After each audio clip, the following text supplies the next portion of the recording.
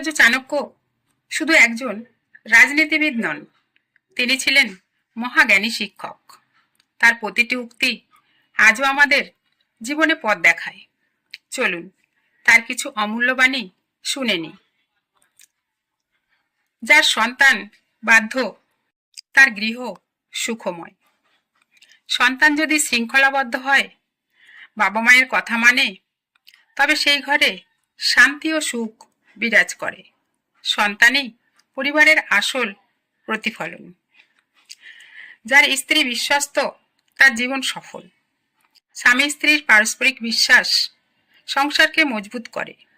বিশ্বস্ত স্ত্রী হল জীবনের সবচেয়ে বড় সম্পদ। বন্ধুত্ব সবসময় সমান সমান করাই ভালো। চাণক্য বলেন, বন্ধু নির্বাচন খুব সতর্কভাবে করতে হয়। স্বার্থপর বা ভিন্ন মানসিকতার মানুষের সাথে বন্ধুত্ব ক্ষতিকারক হয়। যে ব্যক্তি সময়কে মূল্য দেয় না, সে ধ্বংস হয়। সময় হচ্ছে সবচেয়ে বড় পুঁজি। এর সঠিক ব্যবহার করলে উন্নতি সম্ভব, আর অবহেলা করলে পতন নিশ্চিত। শত্রুর দুর্বলতাকে কখনো হেলাফেলা করো না।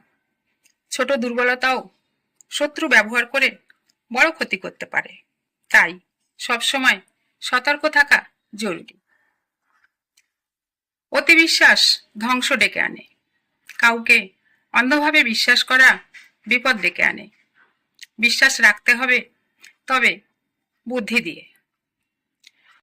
অতি সৎ মানুষ পৃথিবীতে টেকে না। খুব বেশি সরল বা ভদ্র হলে মানুষ প্রায়ই ঠকে যায়। তাই সরলতার সাথে প্রয়োজনীয় কৌশল দরকার। শিক্ষা সবচেয়ে বড় সম্পদ। ধন সম্পদ নষ্ট হতে পারে, কিন্তু শিক্ষা ও জ্ঞান কখনো নষ্ট হয় না। এটি আজীবন সঙ্গী থাকে। দূরে থেকেও শত্রুকে ভয় করো। শত্রু দূরে থাকলেও তাকে হালকা করে দেখা উচিত নয়, কারণ কখন কোথা থেকে আঘাত আসবে বলা যায় না। যে নিজের কাজকে ছোট করে দেখে, সে কখনো বড় হয় না। কাজ ছোট বড় নয়, মনোভাব বড়।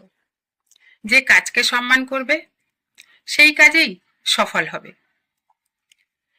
যে ব্যক্তি অন্যকে অপমান করে, সে নিজেই অপমানিত হয়।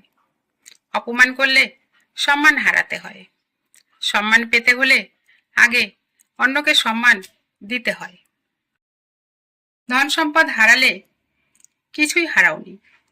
স্বাস্থ্য হারালে অল্প কিছু হারিয়েছ, কিন্তু চরিত্র হারালে জেনে রাখো সব হারিয়েছ।